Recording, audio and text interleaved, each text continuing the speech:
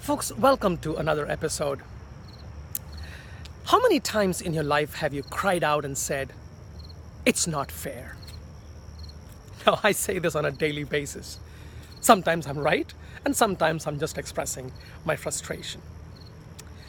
See, when we experience injustice, we seek justice, and it's the right thing to do, because society is based on the principle of justice. But justice is not just a social value, it's a divine quality. We know God to be just. Here is one problem though. When we come into the confessional and we seek forgiveness, we're not seeking justice, are we? We're actually seeking mercy. Imagine if the confessional looked like our justice system. That would be terrible.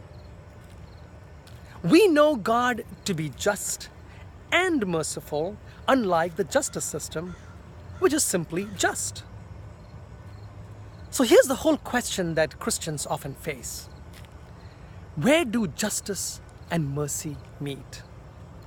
How is it possible that God can be both just and merciful? And that's the question I'm trying to answer in today's episode. When you come to church this Sunday, you will hear the parable of the generous vineyard owner. He invited workers into his vineyard at different times of the day.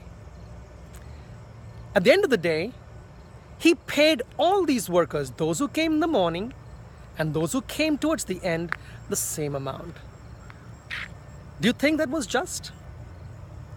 At least one group of people, they who came first, complained against the owner and said, "It's not fair. How come they get as much as we do?" So here's the point. Jesus was trying to tell his opponents that God is both just and merciful. By giving to the first workers their due, God was just. God did not deny them anything. He gave them what was due to them. But by giving the equal amount to those who came last, God was being merciful. And how come? Towards the end of the parable, Jesus tells the workers who were grumbling, he says, "Do you envy God's generosity?"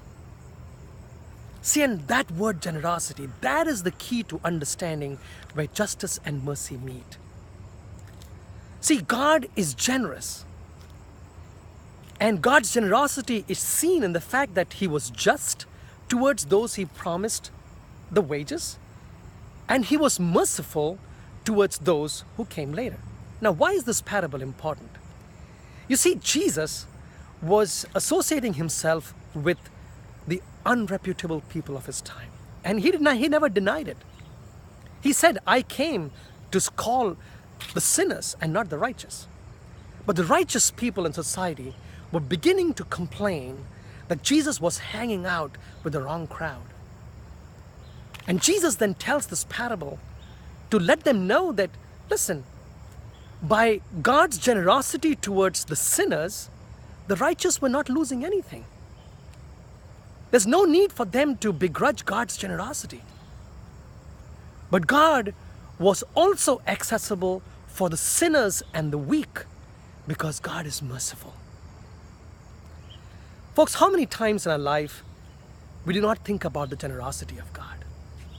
See, it's in the generosity of God that justice and mercy meet.